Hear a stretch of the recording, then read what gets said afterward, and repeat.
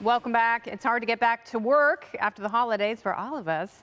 And amid the so-called quiet quitting trend, which is so dumb, billionaire and Home Depot co-founder Bernie Marcus is blasting socialism, rightly so, for making things worse because socialism sucks. He says the movement has all but killed the American work ethic. He tells the Financial Times, quote, "I'm worried about capitalism. Capitalism is the basis of Home Depot, and millions of people have earned this success and had success.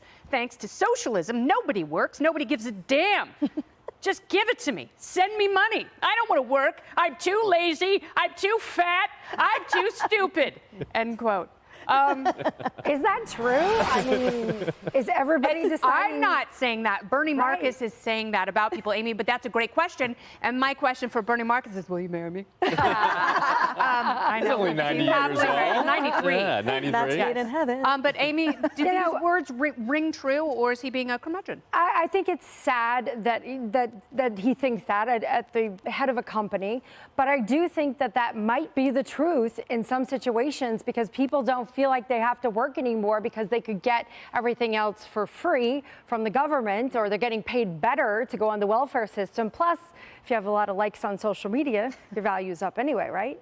Well, not necessarily. I mean, I think there is something to this because quiet quitting is a real thing. A lot of people go on TikTok and they look for trends like how to stand up for themselves, work-life balance, which it has a very different definition now than it did before the pandemic. And, you know, he's saying the quiet part out loud because he can. He's got $5 billion. He's already given $2 billion away to charity. Says not enough rich people give money away, and the people who are trying to make it in the world don't want to work hard anymore. That's right. And I think, to your point, people are also, I think vocationally, that spectrum has broadened where these kids look at TikTok and say, oh, I'm going to become an influencer. So all of a sudden, their goals are now to have these sort of cheap dopamine hits and the get rich quick aspect that social media has afforded them and afforded kids in some ways for frankly doing nothing. So you're not saying, oh, I want to be an XYZ and I will put in the hours and time needed to develop that. It's like, if I just keep at it on my phone, eventually I'll make it big and I can do whatever I want and have it be silly. I also think that I agree with him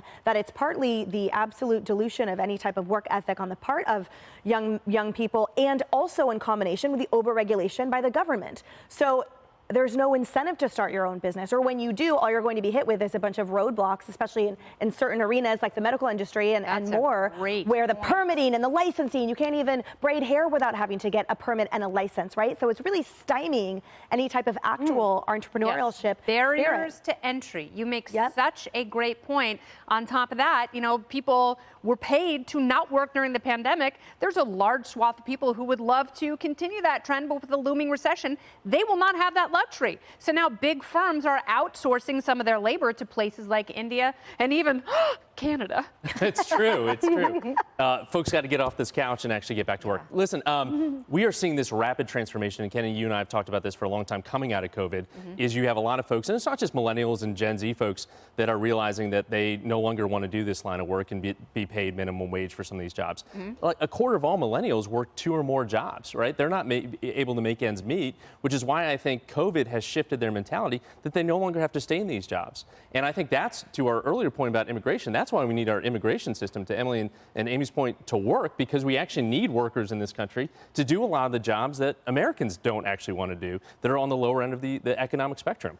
Yeah, but they want to get paid like they're engineers, but they're working at Chipotle. Yeah. You know, sometimes you have to have jobs and build your resume, and you work for a little while, and then you move up. But people, you know, to Emily's point, they don't want the entry level. They want the C-suite. It does take some engineering. There's a lot of entitlement. It does take some engineering to put together a good burrito. I realize that I am the Bernie Marcus on this couch.